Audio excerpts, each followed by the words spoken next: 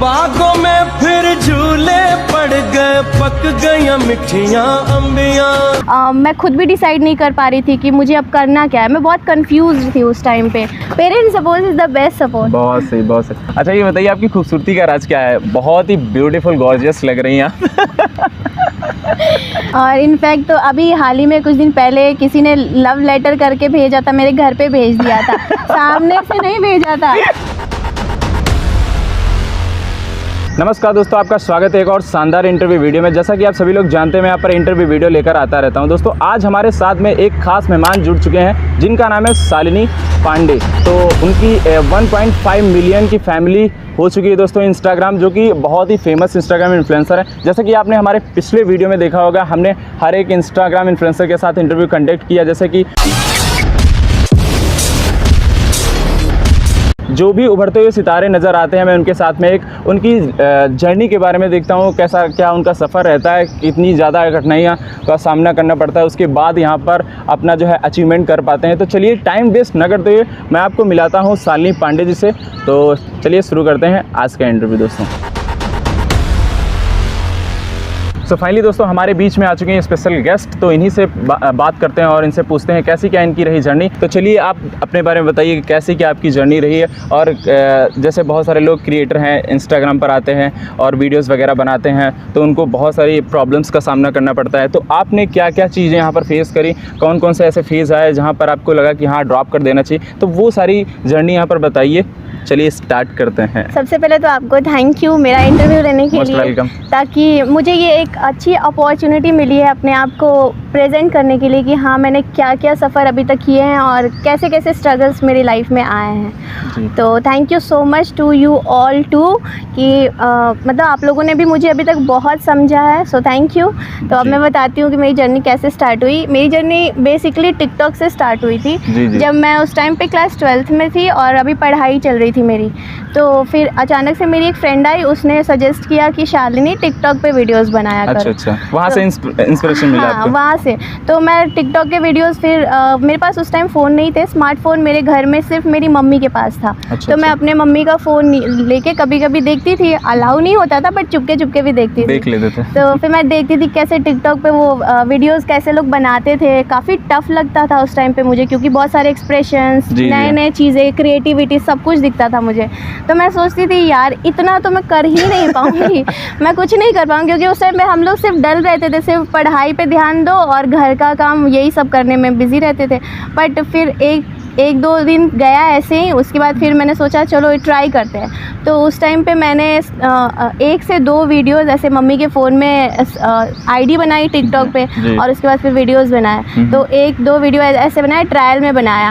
उसके बाद फिर धीरे धीरे जैसे जैसे मैं वीडियोज़ देखती गई, मुझे भी मतलब ऐसे लगा कि रियलाइज़ हुआ कि नहीं करना चाहिए, मतलब ट्राई तो करना चाहिए, धीरे धीरे ही आएगा।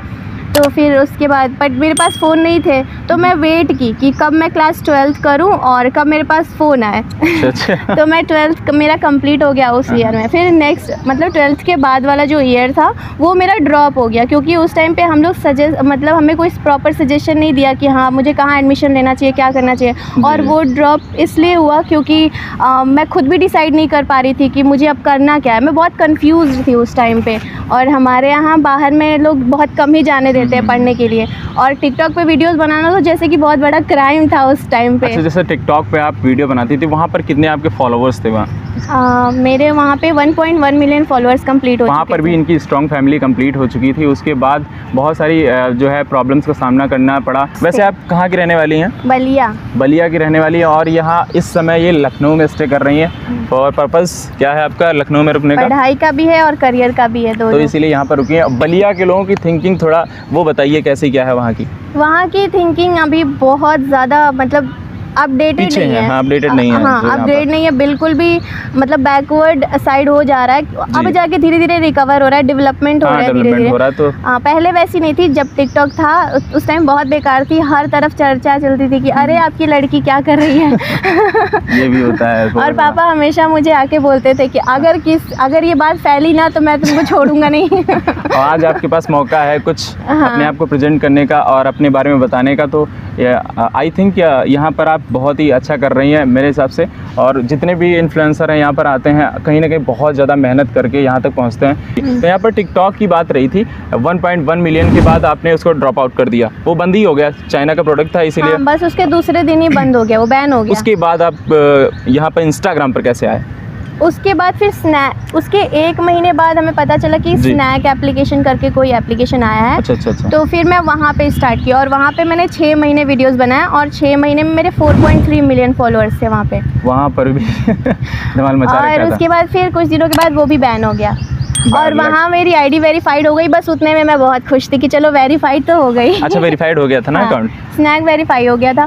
और उसके बाद जाके फिर जब वो बैन हुआ, फिर उसके 1 महीने बाद मुझे पता चला कि मतलब इंस्टाग्राम का भी कोई ऐसा एप्लीकेशन होता है। जी। फिर मैं इंस्टाग्राम पे अपनी आईडी बनाई और वहाँ धीरे धीरे करके मैं वीडियोस अपलोड करना स्टार्ट की। पहले से ही मेरे अंदर लत लगी हुई थी कि वीडियोस बनानी है। टिकटॉक से ही मतलब मैं स्टॉप होना नहीं चाहती थी।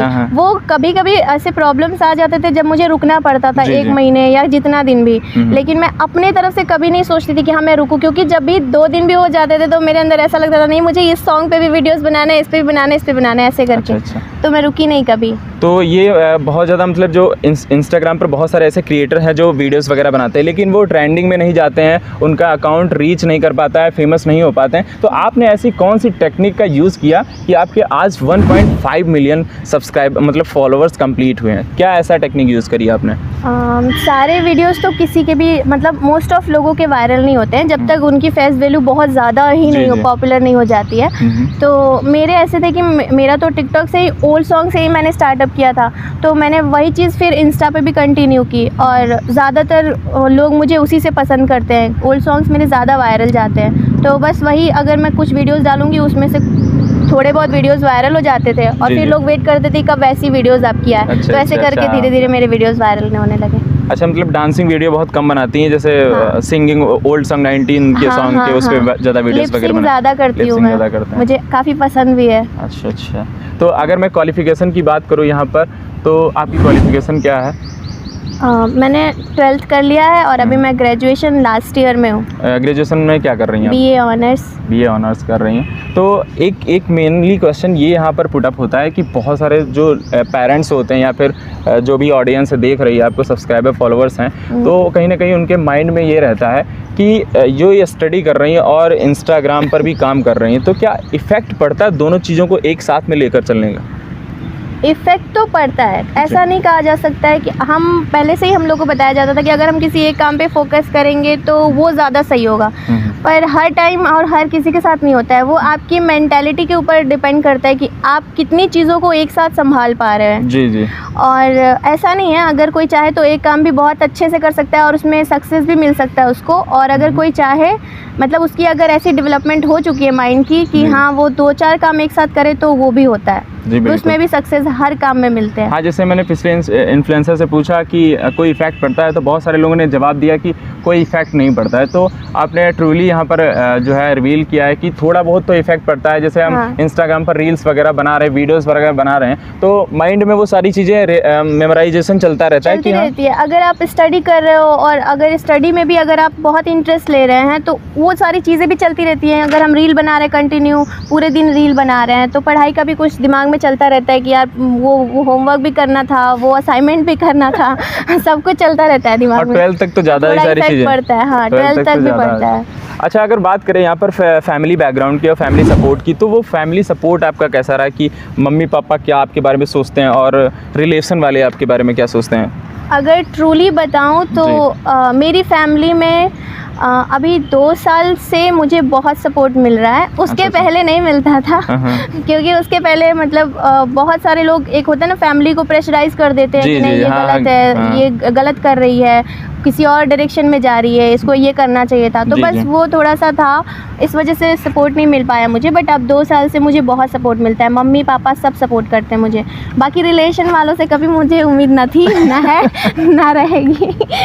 बहुत सही है, बहुत ही सुंदर जवाब यहाँ पर दे रही है और बहुत ही अच्छी जो है सारा जो भी मैसेज ये दे रही है बहुत ही अच्छे तरीके से दे, और बिल्कुल नेचुरली यहाँ पर हमारी इनकी बात चल रही है। कोई भी क्वेश्चन मैं पूछ रहा हूँ बहुत ही स्मूथली तरीके से ये सारे क्वेश्चंस का आंसर दे रही हैं। तो जैसे आप इंस्टाग्राम पर आती हैं, वहाँ पर बहुत सारे वीडियो डालती हैं, तो जो भी आपकी फ़ैन फॉलोइंग है वो आपसे कहीं ना कहीं बात करना चाहती है, तो उसके लिए आप क्या करते हैं?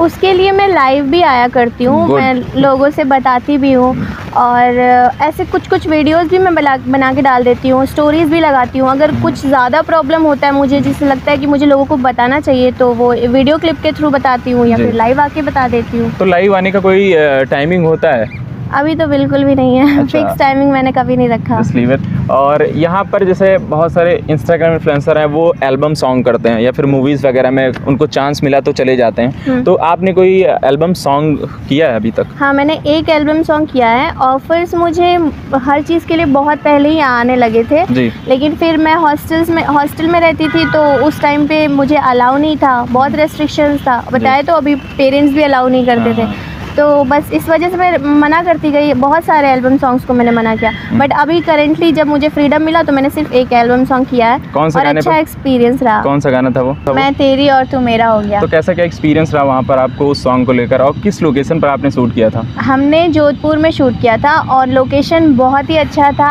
और एक्सपीरियंस भी मेरा बहुत अच्छा था। मतलब जो भी हमारे साथ थे, director sir Suresh Chaudhary sir और फिर उनकी वाइफ थी और बाकी मतलब अपनों जैसा, मतलब सब कुछ उन्होंने ट्रीट किया, एकदम से मुझे अपनापन लगा। तो एक्सपीरियंस तो मेरा बहुत अच्छा रहा इस सॉन्ग को लेके। अच्छा अच्छा अच्छा। तो एक क्वेश्चन और मैं पूछना चाहूँगा कि आप इतनी खूबसूरत हैं, किसी ने आपको प्रपोज किया है? कोई हैविंग लव स्टोरी? हाँ, प्रपोजल्स तो बहुत आए हैं, इसमें कोई डाउट नहीं है। और इनफैक्ट तो अभी हाल ही में कुछ दिन पहले किसी ने लव लेटर करके भेजा था, मेरे घर पे भेज दिया था। सामने से नहीं भेजा था, मैं मतलब नोटबुक में लिख के सारी अपनी फीलिंग्स लिख के और मेरे घर के दरवाजे के पास भेज दिया था, और मॉर्निंग में मेरी मम्मी पापा ने देख लिया था। ये क्या चल रहा है यहाँ पे? तो ऐसे प्रपोजल्स तो आए थे, मुझे बहुत आते हैं, बहुत आते हैं। अच्छा, आपका कोई क्रश है? मेरा क्रश? स्माइल देख रहे हैं आप? इसका मतलब कोई है, बताना चाहेंगी आप? मेरा फर्स्ट क्रश जो कोई सेलिब्रिटीज में? वही तो बताने जा रही थी। मेरा जो पहले सबसे पहले वाले क्रश है ना, वो है अक्षय कुमार, जो मुझे बेहद पसंद है। अच्छा, बेहद पसंद का राज क्या है उनका?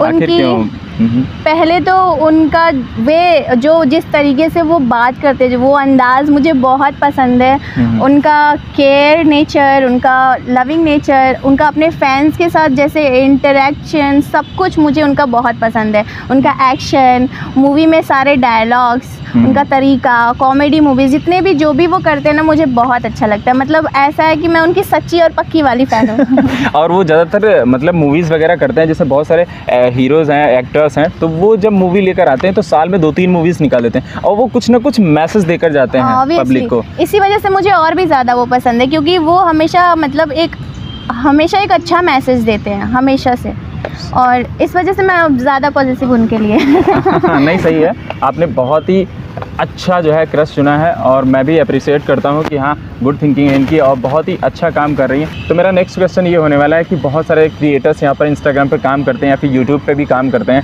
तो सोर्स ऑफ इनकम क्या होता है उनका? बहुत ही अच्छा इनकम जनरेट होता है, तो आपका क्या कितना क्या मंथली इनकम आ जाती है? कैसे क्या आप सर्वाइव करती हैं? यहाँ पर प्रमोशंस वगैरह मिलते हैं, वहाँ से आपकी इनकम जनरेट होती है या फिर यूट्यूब चैनल से आता है, क्या चीज़ें हैं, या फिर इंस्टाग्राम से आता है? मुझे कहीं से भी आता है और इतना आ जाता है कि मैं सेल्फ डिपेंडेंट हूँ और अभी मैं किसी पे भी डिपेंडेंट नहीं हूँ, मैं खुद का सब कुछ कर लेती हूँ अपने दम पे। अच्छा अच्छा, मतलब खाना पीना, खर्चा, टहलना सब कुछ हो जाता है। सब कुछ। अच्छा, ये बताइए आपकी खूबसूरती का राज क्या है? बहुत ही ब्यूटीफुल, गॉर्जियस लग रही हैं आप। मेरी खूबसूरती का बस एक ही राज है, बस हंसते रहो, चाहे जो भी प्रॉब्लम हो, जो भी सिचुएशन हो, keep smiling, keep giggling.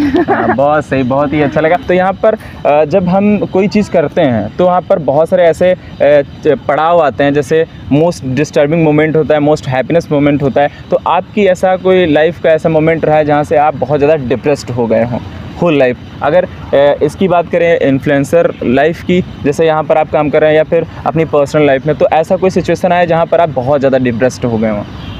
Personal life में तो सबकी प्रॉब्लम्स आते जाते रहते हैं, तो उसका तो कुछ कहा नहीं जा तो सकता। इसको लेकर मैं जैसे सोशल मीडिया को लेकर कहें कि कुछ ऐसी चीज़ें हुई आपके साथ कि बहुत ज़्यादा डिप्रेस्ड हो गए वहाँ पर? जी नहीं, सोशल मीडिया से अभी तक मैं इतना ऐसा कोई टाइम नहीं आया जब मैं बहुत ज़्यादा डिप्रेस्ड हुई हूँ। हाँ, जब मेरे वीडियोस वायरल नहीं जाते, थोड़ा बहुत रुक जाता है, ऐसा लगता है कि फ्रीज़ हो गई आईडी, उस टाइम पे मुझे डिप्रेस्ड फील होता है कि यार उसकी वीडियोस इतने अच्छे चल रहे हैं, फिर मेरे आईडी में ऐसा क्या हो गया है कि मतलब ऐसे रुक गया है। बस ये सोच के कभी कभी बुरा लगता है, फिर सोचती हूँ कि नहीं, ट्राई करते रहते हैं, कभी ऐसा फिर से आएगा जो फिर रिकवर हो जाएगा, तो होता रहता है ऐसा। अच्छा, most happiness moment in your life कैसा क्या रहा? कहीं ना कहीं से आपको बहुत ज़्यादा खुशी मिली हो, वो ऐसा मोमेंट है आपकी लाइफ का? मेरी लाइफ का जो मोस्ट वाला हैप्पीनेस मोमेंट है वो अभी तक नहीं आया। क्या चाहती हैं अपनी मेरी लाइफ में जो भी मोमेंट मुझे हैप्पीनेस का मिलता है मैं सबको एंजॉय करती हूँ, बट ऐसा कोई ऐसा मोमेंट नहीं आया जिसके साथ हैप्पीनेस और सैडनेस कनेक्ट ना हो। तो इस वजह से इतना बड़ा वाला हैप्पीनेस नहीं आया, बट जो भी आया मैं आज तक उसको एंजॉय करती हूँ। अभी आपने बताया कि every time, every minute, every second आप खुलकर जीना चाहती हैं, स्माइलिंग के साथ जीना चाहती हैं। हाँ। तो हमें लगता है कि आप ऑल टाइम आपकी लाइफ में हैप्पीनेस है। हाँ। मेरे अनुसार। तो अभी तक आपने देखे बहुत सारे क्वेश्चंस मैंने करे और सारे जवाब भी यहाँ पर देखने को मिल रहे हैं शालिनी जी की तरफ से। तो मेरा एक क्वेश्चन और आपसे होने वाला है कि जैसे बहुत सारे न्यूली कंटेंट क्रिएटर आते हैं, तो उनके लिए क्या आप कहना चाहेंगे? उनके भी अंदर वो जुनून जागता है, इंस्पायर्ड होकर कहीं ना कहीं से, कहीं ने आपको देखा और वो कहते हैं कि हाँ मैं भी वीडियो डालता हूँ, एक वीडियो डालते हैं, 2 वीडियो डालते हैं और सोचते हैं कि मैं फेमस हो जाऊँ, और वो फ्रस्ट्रेशन में चले जाते हैं, उनका जब वीडियो वायरल नहीं होता है। तो उनके लिए आप क्या निगेटिव चीज़ भी बताइए, पॉजिटिव चीज़ भी बताइए कि वो क्या करें, ज़्यादा डिप्रेशन लें या फिर ऐसे ही चिल होकर वीडियोज़ बनाएं? सबसे पहले तो मैं ये बताना चाहूँगी कि जो एक इंस्टा प्लेटफॉर्म है शॉर्ट वीडियो का, जी, वो अपने आप में एक सीख है कि मतलब हमें हार नहीं माननी है किसी भी चीज़ से। तो उससे अगर हम लोग सीखते हैं तो वो हर जगह पे वो उसको अप्लाई करेंगे। जैसे अगर हम लोग पढ़ाई करते हैं, उसमें भी बहुत सारी ऐसी चीज़ें होती हैं, बहुत सारी ऐसी जगह होती हैं जहाँ हम लोग थक जाते हैं और हम लोग सोचते हैं कि नहीं, हमसे नहीं हो पाएगा। अगर हम वीडियोज़ में आगे बढ़ सकते हैं तो हम पढ़ाई में भी आगे बढ़ सकते हैं। हम दोनों चीज़ों में, हम किसी भी फील्ड में आगे बढ़ सकते हैं। तो इंस्टा से या किसी भी एप्लीकेशन से, शॉर्ट वीडियो से अगर हम लोग कंटेंट वीडियो बनाते हैं, उसमें भी हम लोग बहुत मेहनत करते हैं। ऐसा नहीं है कि कुछ भी कर दिया और हो गया या लोगों को पसंद आ गया, नहीं। उसमें भी बहुत लोग बहुत मेहनत करते हैं, काफ़ी पूरे दिन लग जाते हैं, रात लग जाती है एडिटिंग करने में, वीडियो क्रिएट करने में, सोचने में, हर चीज़ में टाइम लगता है। तो वो तो एक अच्छी चीज़ है कि हम वहाँ मेहनत कर रहे हैं, पर अगर निगेटिविटी आती है कि नहीं यार इतना कर रहे हैं पर लोग पसंद नहीं कर रहे हैं, तो वो चीज़ नहीं आनी चाहिए माइंड में। थोड़ा बहुत तो ऑब्वियसली आएगा ही आएगा, क्योंकि अगर हम मेहनत करेंगे और लोग उसको पसंद नहीं करेंगे तो थोड़ा बुरा लगता है, सबको बुरा लगता है और डिप्रेशन भी होता है। पर वहाँ से अगर हम लोग अपने आप को माइंडसेट कर ले कि रिकवर कर ले कि नहीं, हम अगर कर रहे हैं तो ठीक है, पूरे फोकस के साथ कर रहे हैं और उसमें माइंड लगाएंगे, आज ना तो कल वो तो होना ही होना है, अच्छा होना है। और फिर उसके साथ साथ हम लोग दूसरी चीज़ों को भी साथ लेके चलेंगे कि चाहे कुछ भी हो जाए, पढ़ाई को नहीं ड्रॉप करना है, पढ़ाई को नहीं छोड़ना है, क्योंकि वो हमारा बेस है। उसी से हम सीखेंगे कि हाँ आगे हमको कैसे जीना है, कैसे बिहेव करना है, कैसे अपने आप को डेवलप करना है। तो पढ़ाई तो बिल्कुल भी नहीं छोड़ना है किसी भी। शालिनी जी, यहाँ पर जैसे पेरेंट्स परमिशन नहीं देते हैं, तो आप उनके लिए, पेरेंट्स के लिए क्या कहना चाहेंगे? जैसे कोई बॉयज़ या गर्ल्स है तो वो वीडियो बनाना चाहती है, जैसे लड़कियां आजकल बहुत ज़्यादा, जैसे आप ही एज अ गर्ल यहाँ पर फेमस हो गई हैं, यहाँ पर आ चुकी हैं इंस्टाग्राम पर, तो बहुत सारी प्रॉब्लम्स होती हैं कि घर वाले परमिशन नहीं देते हैं, और फिर लड़कियों को तो खास कर नहीं देते हैं बाहर टहलने की, बहुत ज़्यादा प्रॉब्लम्स होती हैं। लड़के कहीं भी वीडियो बना सकते हैं, तो यहाँ पर पेरेंट्स को क्या कहना चाहेंगी? मैं पेरेंट्स को डायरेक्ट ब्लेम नहीं करूँगी, क्योंकि वो भी अपनी जगह पे सही होते हैं, क्योंकि अगर वो लोग किसी चीज़ के लिए मना कर रहे हैं तो कुछ सोच के कर रहे होंगे जी। बस ये है कि अगर वो ज़्यादा रेस्ट्रिक्शन लगा रहे हैं, वो नहीं होना चाहिए। उन्हें भी बच्चों को समझना चाहिए और बच्चों को भी समझना चाहिए कि हाँ हमें उतना ही जाना है आगे जितना कि हम लोग भी वापस से बैकअप कर सके कि हाँ अगर पेरेंट्स इस चीज़ के लिए रेस्ट्रिक्ट कर रहे हैं तो थोड़ा बहुत उन्हें भी मानना चाहिए और कोऑपरेशन दोनों साइड से होना चाहिए, क्योंकि ज़्यादातर पेरेंट्स इसीलिए मना करते हैं ताकि हमारी लड़की को आगे चल के कोई प्रॉब्लम ना हो, कोई ब्लेम ना करे, कोई कुछ ना करे। तो इसलिए लड़कियों को भी मेनटेन करके चलना चाहिए कि हमें उतना ही आगे जाना चाहिए और पेरेंट्स को भी सपोर्ट करना चाहिए, क्योंकि parents support is the best support. बहुत सही, बहुत सही। जैसा कि इन्होंने मैसेज दिया, बहुत ही सुंदर मैसेज दिया, आप लोगों को पता चल गया होगा कि क्या थिंकिंग है इनकी, और जो ये कह रही हैं आप शायद इनको फॉलो करें या ना करें, लेकिन ये जो कह रही हैं बहुत सही बात कह रही हैं। और जो पेरेंट्स देख रहे हैं, आई थिंक आपके माइंड में भी ये सेटअप हो गया होगा कि हाँ, अगर लड़के अंदर वो सारी चीज़ें हैं, वो कर सकता है, आपको लगता है, तो आप उसे फ्रीडम दे सकते हैं। जैसा कि इन्होंने बताया कि लड़की को भी अपनी हद में रहना चाहिए, जो भी है, अगर पेरेंट्स ट्रस्ट कर रहे हैं तो छूट देते हैं, तो उनका भी भरोसा भी रखना चाहिए, हर एक चीज़ को साथ में लेकर चलना चाहिए। तो यहाँ पर जब भी आप वीडियोस वगैरह अपलोड करती हैं और हेटर्स की बात जब आती है, ट्रोल्स होता है आपके साथ में और गालियाँ होती हैं, गाली देकर लोग चले जाते हैं कमेंट्स में, या फिर सामने दूसरे से कहते हैं कि वो शालिनी अच्छी नहीं है, ऐसा करती है, वैसा करती है, वहाँ पर डांस करती है, वहाँ पर लिपसिंग करती है, कुछ भी वट जो भी वो सोचते होंगे, उनकी थिंकिंग है निगेटिव सोचना, तो वो सोचते हैं। तो हेटर्स के लिए स्पेशली आप क्या कहना चाहेंगी यहाँ पर? हेटर्स के लिए तो नो वर्ड्स, क्योंकि कभी कभी मुझे मज़ा आता है हेटर्स जब कमेंट्स करते हैं, मतलब मैं हेटर्स भी नहीं कहूँगी, वो लोग जब कमेंट्स करते हैं जो कि अपोजिट होता है, तो कभी कभी मुझे अच्छा भी लगता है कि चलो ऐसे लोग मेरी वीडियोस देख भी रहे हैं और कमेंट्स भी कर रहे हैं तो मुझे अच्छा लगता है, और मुझे तो इतना मन होता है कि उनके मैसेज का रिप्लाई भी करूं, और कहीं ना कहीं वो लोग भी इसीलिए मैसेज भी करते हैं। तो ठीक है, मुझे इतना ध्यान नहीं देना है उस पर, थोड़ा बहुत इग्नोर करके चलना पड़ता है। चलो, ये तो हेटर्स की बात हो गई, जो आपसे लव करते हैं, प्यार करते हैं बहुत ज़्यादा शिद्दत से, वो भी, तो उनके बारे में आप क्या कहना चाहेंगी? मीन्स दैट आपकी जो स्ट्रॉन्ग फैमिली है, जो आपको सपोर्ट करते हैं, वही मैं कह रहा हूँ, प्यार करने वाले लोग हैं, तो उनके लिए आप क्या कहना चाहेंगी? उनको अपने मैं फैंस के लिए तहे दिल से शुक्रिया करूंगी, क्योंकि बहुत सारे ऐसे लोग हैं जो मुझे बहुत प्यार करते हैं, बेहद प्यार करते हैं, मिलने तक आ जाते हैं, कहाँ से कहाँ तक आ जाते हैं, वो मेरे लिए एक बहुत बहुत बड़ी बात है। और मुझे अफसोस इसी बात का होता है कि मैं उन्हें टाइम नहीं दे पाती, मिल नहीं पाती हूँ, पर एक दिन ऐसा ज़रूर आएगा कि मैं सब से मिलूँगी, और वो दिन आप लोग ही लाएंगे, आपके सपोर्ट से ही वो दिन आएंगे, जल्दी जल्दी ज़रूर आएंगे। बिल्कुल शालिनी जी, थैंक यू सो मच। तो ये सही बात कही है। आप लोग इन्हें अगर देख रहे हैं, आप इन्हें फॉलो करते हैं, अगर नहीं किया है तो मैं वीडियो के डिस्क्रिप्शन में इनकी आईडी दे दूंगा और स्क्रीन पर भी चला दूंगा। वैसे आपकी आईडी क्या है? I am Shalini. I am Shalini करके इनकी जो है इंस्टाग्राम आईडी है, आप इनको जाके फॉलो कर सकते हैं। बहुत ही अच्छे अच्छे वीडियोस बनाती हैं। अगर आप इनसे पहले से ही जुड़े हैं तो जाके शेयर कर दीजिएगा। अगर यहाँ पर न्यूली आए हैं तो ज़रूर फॉलो ज़रूर कर लीजिए, क्योंकि बहुत ही अच्छा, मतलब इन्होंने बताया कि बहुत ज़्यादा मेहनत भी लगती है किसी वीडियो को बनाने को। बहुत सारे अभी इवेंट्स हुए हैं, जैसे किसी का नया सॉन्ग आता है, जैसे पवन सिंह हो गए, खेसारी लाल यादव हो गए, तो उनके सॉन्ग जब आते हैं तो वो अपना प्रमोशन करने के लिए लखनऊ में इवेंट्स वगैरह रखते हैं। तो वहाँ पर आप गए हैं अभी कभी? हाँ, गई हूँ मैं 2 बार पवन सिंह सर के इवेंट्स में गई हूँ। अच्छा, तो वहाँ पर कैसा एक्सपीरियंस रहा, कैसे वो पर्सन है पवन सिंह जी? जहाँ तक मैं मिली हूँ मुझे बहुत अच्छे लगे हैं। अभी तक उनके बारे में मैंने बहुत क्रिटिसिज्म सुने थे, लेकिन हाँ, मैंने भी सुना था, तभी तो आपसे पूछ रहा हूँ पर्सनल कि आप वहाँ से मिले उनसे डायरेक्टली। अभी तक मैं नहीं मिला हूँ, शालिनी जी मिली हैं, तभी इनसे मैं एक्सपीरियंस पूछ रहा हूँ कैसा क्या रहा है। बहुत सारे लोगों ने उन्हें क्रिटिसाइज़ किया है, मतलब ठीक है, उनकी वो पर्सनल लाइफ है, मुझे उसमें इंटरफेयर करने की या उनको जज करने की ज़रूरत नहीं, क्योंकि सबकी लाइफ में बहुत सारी चीज़ें होती हैं, हम उसे उसी चीज़ के बेस पर जज नहीं कर सकते हैं। और जैसा उन्होंने मेरे साथ बिहेव किया या फिर जैसे भी रहे वो मेरे साथ बहुत अच्छा लगा, मुझे बहुत अच्छा लगा था उस दिन। अच्छा, खेसारी लाल यादव के इंटरव्यू में गई थी वहाँ पे इवेंट्स में? अभी तक इनके इंटरव्यू में, इनके इवेंट्स में नहीं गई हूँ। हाँ शालिनी जी, मेरा एक क्वेश्चन और यहाँ पर आ रहा है, जैसे बहुत सारे इंस्टाग्राम इन्फ्लुएंसर को अवार्ड्स वगैरह मिलते हैं, तो क्या आपको भी यहाँ पर सम्मानित किया गया है किसी के थ्रू या फिर कोई ऑर्गेनाइजेशन के थ्रू आपको? जब मैं पवन सिंह सर के इवेंट में गई थी तो वहाँ पे मुझे बहुत सारे नए क्रिएटर्स मिले जो लखनऊ से हैं, बिलोंग करते हैं, तो उनके थ्रू मुझे एक इवेंट में और जाने को मौका मिला, और वहाँ पे मुझे पर्सनली इनवाइट किया गया था मुझे ग्रेस करने के लिए इवेंट को, तो वो चीज़ मेरे लिए बहुत बड़ी बात थी। और जैसे ही मैं वहाँ गई मुझे अवार्ड भी दिया गया और वो मुझे बहुत अच्छा लगा। वो ऑनर, वो प्यार, वो सब कुछ मुझे बहुत अच्छा लगा। जो एप्रिसिएशन उन्होंने दिया, सर्टिफिकेट दिए, अवार्ड्स दिए, अच्छा था। बहुत अच्छा एक्सपीरियंस रहा आपको? बहुत अच्छा, मतलब ये मुझे अच्छा फील हुआ, ये रियलाइज़ हुआ कि yes I am also an influencer. हाँ, ये बात हुई ना। तो यहाँ पर जैसे कहा जाता है कि सफलता की बात अगर आती है, success is not a product which can buy from a market, success is a kind of a goal very rich.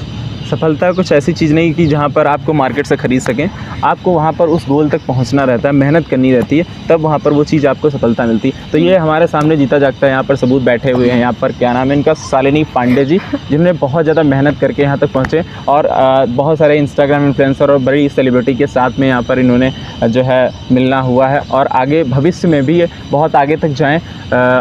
अभी तक आपको कोई यहाँ पर जैसे प्रपोज़ल वगैरह आया है कोई गाने के लिए या फिर कोई मूवीज़ के लिए, कुछ ऐसा बड़ी सेलिब्रिटीज़ से कहीं से भी? अभी तक नहीं आया। अच्छा, बड़ी सेलिब्रिटी से नहीं आया। अच्छा, चलिए कोई दिक्कत नहीं है, हम मिलने वाले हैं बहुत जल्द आपको इस इंटरव्यू के बाद। तो यहाँ पर रैपिड फायर हिंदी मीनिंग्स और यहाँ पर लाइक डिसलाइक के बारे में ये क्वेश्चंस होने वाले हैं। तो सबसे पहले मैं बात कर लेता हूँ लाइक डिसलाइक के बारे में। जैसे कि यहाँ पर बहुत सारे ऐसे प्लेटफॉर्म होते हैं जैसे इंस्टाग्राम, यूट्यूब, तो यहाँ पर आप किसे पसंद करती हैं ज़्यादा? इंस्टाग्राम। अच्छा, इंस्टाग्राम पे काम कर रही हैं इसीलिए इंस्टाग्राम। यूट्यूब को पसंद नहीं करती हैं? अभी पसंद की बात नहीं, अभी मेरा वहाँ कोई अच्छा एक्सपीरियंस नहीं रहा। अच्छा, बॉलीवुड, साउथ ज़्यादा पसंद रहता है, ऐसा क्या है? मुझे उसमें सिंप्लिसिटी बहुत अच्छी लगती है, ड्रेसिंग सेंस वगैरह, ये सब, ड्रेसिंग सेंस और सॉफ्टनेस, ये सारी चीज़ें। अच्छा, अगर मैं बॉलीवुड और भोजपुरी का यहाँ पर बताऊँ तो आपको क्या पसंद आएगा? बॉलीवुड अब भोजपुरी वाले इवेंट में गई थी पवन सिंह से मिलने के लिए, आपने देखा था, और अभी कह रही हैं बॉलीवुड। ये अक्षय कुमार से ज़्यादा इंस्पायर्ड हैं तो शायद इसीलिए ये बॉलीवुड को सेलेक्ट करती हैं, ज़्यादातर चूज़ करती हैं। हाँ। तो अब मैं रैपिड फायर क्वेश्चन इनसे पूछने जा रहा हूँ कि क्या क्या चीज़ें इनकी फेवरेट हैं। तो फेवरेट मूवी डिसाइड करना मुश्किल है। Favourite place? Mussoorie. Favourite food? पानी पूरी। Do you like seafood? No. Do you like junk food? Yes. Okay. और ट्रैवलिंग करना कैसा आपको अच्छा? बहुत अच्छा लगता Which है। place? बताया तो, ठंडी पहाड़ी इलाकों में। अभी तक कहाँ कौन से ऐसे प्लेस पे गई हैं? मसूरी गई हूँ, कश्मीर गई हूँ। College tour? नहीं।